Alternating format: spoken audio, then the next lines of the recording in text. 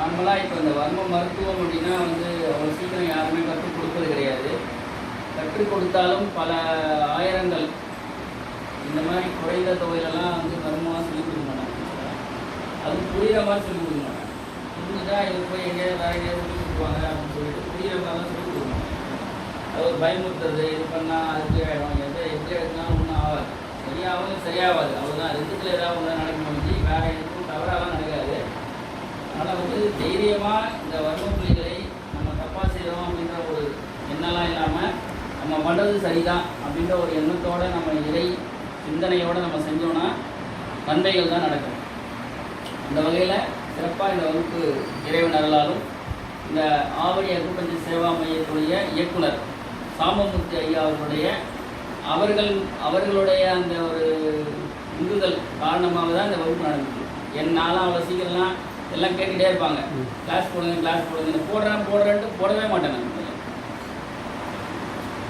யார் வந்து கிளாஸ் போடணுமோ இவங்க ஐயா மாதிரி ஆட்கள் தான் வந்து ரொம்ப நீங்கள் போடுங்க, புக்கை கொடுங்க, நான் பிரிண்ட் பண்ணுறேன், ஆளை கொண்டு வரேன் அப்படின்னு சொல்லி அவருடைய அந்த தூண்டுதல் பேரில் தான் இந்த வகுப்பு நடைபெற்றது.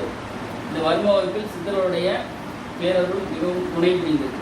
அது முழுமையாக இருந்தது. ஆக்சுவலாக நம்ம என்ன சிலபஸில் இருக்கோ அதோட அதிகமாக தான் கற்றுக்கிட்டுருக்கோம். சிலபஸை விட நம்ம அதிகமான போர்ஷன் தான் கற்றுக்கிட்டோம்.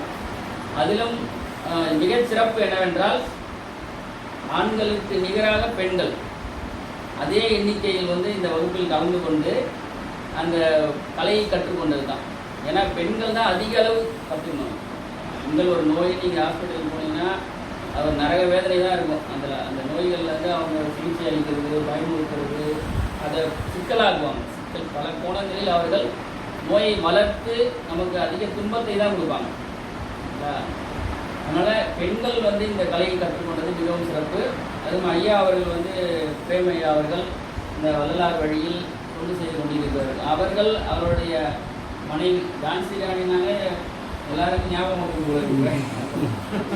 அந்த வகையில் வந்து அந்த அவர்களோடு இணையர் 2 பேரும் இணைந்து வந்து அந்த கலையை கற்றுக்கொண்டது மிகவும் மகிழ்ச்சியாக இருக்கிறது.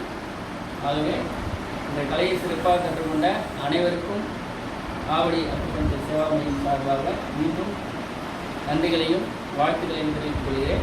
நீங்கள் மேலும் மேலும் வளர்ந்து இந்த மருத்துவ கலையில் மேலும் தேர்ச்சி பெற்று பல மக்களுக்கு தொண்டு செய்து அவர்கள் ஆரோக்கியத்தை மேம்படுத்த வேண்டும் என்று எல்லாம் வல்ல இறைவனை பிரார்த்தித்து எனது உரையை நிறைவு செய்கிறேன்.